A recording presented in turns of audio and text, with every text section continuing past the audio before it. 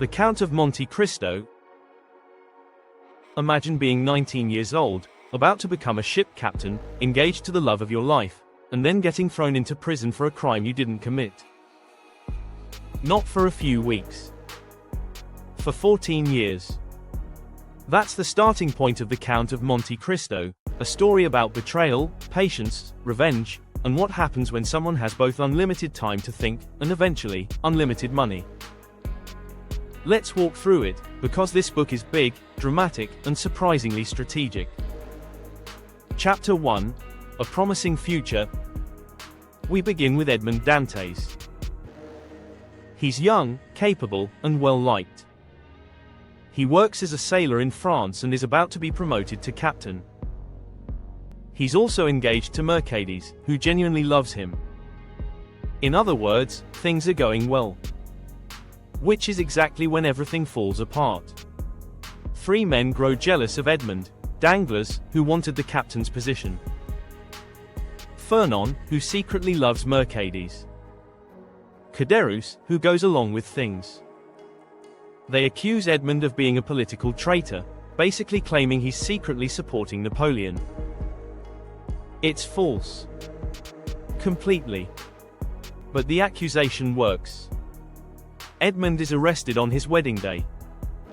And instead of receiving a fair trial, he's quietly sent to Chateau d'If, a prison fortress on an island. Out of sight. Out of mind. Chapter 2. Prison and Perspective. Edmond spends years alone in a cell.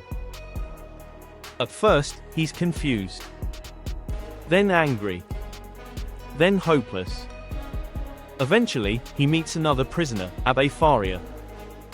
Faria is a priest, scholar, and frankly the most useful cellmate imaginable. Over time, Faria educates Edmond in languages, science, history, politics, essentially turning him into a highly intelligent strategist. But Faria also shares something else: the location of a massive hidden treasure on the island of Monte Cristo. When Faria dies, Edmond escapes prison by taking his place in a burial sack, which is thrown into the sea. It's not subtle. But it works. After 14 years, Edmond is free. And now he has a plan. Chapter 3. The Treasure and the Transformation. Edmond finds the treasure on Monte Cristo. And it's enormous. Gold. Jewels. Wealth beyond what most people in that era could imagine. This is where the story shifts. He doesn't return home as Edmond Dantès. He reinvents himself. He becomes the mysterious and extremely wealthy Count of Monte Cristo. Calm. Polished. Patient. Instead of rushing into revenge, he carefully enters Parisian society. He reconnects with the men who betrayed him, but they don't recognize him. Because now he's operating at a completely different level. Chapter 4. The Long Game. This isn't a story of dramatic sword fights. It's a story of slow, strategic revenge. Each of the men who betrayed Edmond has built a comfortable life. Danglars is now a wealthy banker. Fernand has become a respected military officer and married Mercedes. Villefort, the prosecutor who covered up the case, is now powerful in the legal system. The Count studies them. He learns their weaknesses. And instead of attacking directly, he creates situations that expose their flaws. Financial ruin. Public disgrace. Personal collapse. One by one, their own actions, amplified by the Count's careful planning, lead to their downfall. It's not chaos. It's chess. Very expensive chess. Chapter 5. Mercy and Consequences. But here's where the story becomes more thoughtful than you might expect. Revenge isn't clean. In the process, innocent people get hurt. Families suffer. Children pay for the mistakes of their parents. At certain points, the Count begins to question himself. Has he gone too far? Is he acting as justice, or just anger with better funding? He eventually shows mercy to some characters, especially those who were not directly responsible for his suffering. And that's important. The book isn't just saying, revenge is good. It's exploring what revenge costs, even when you win. Chapter 6.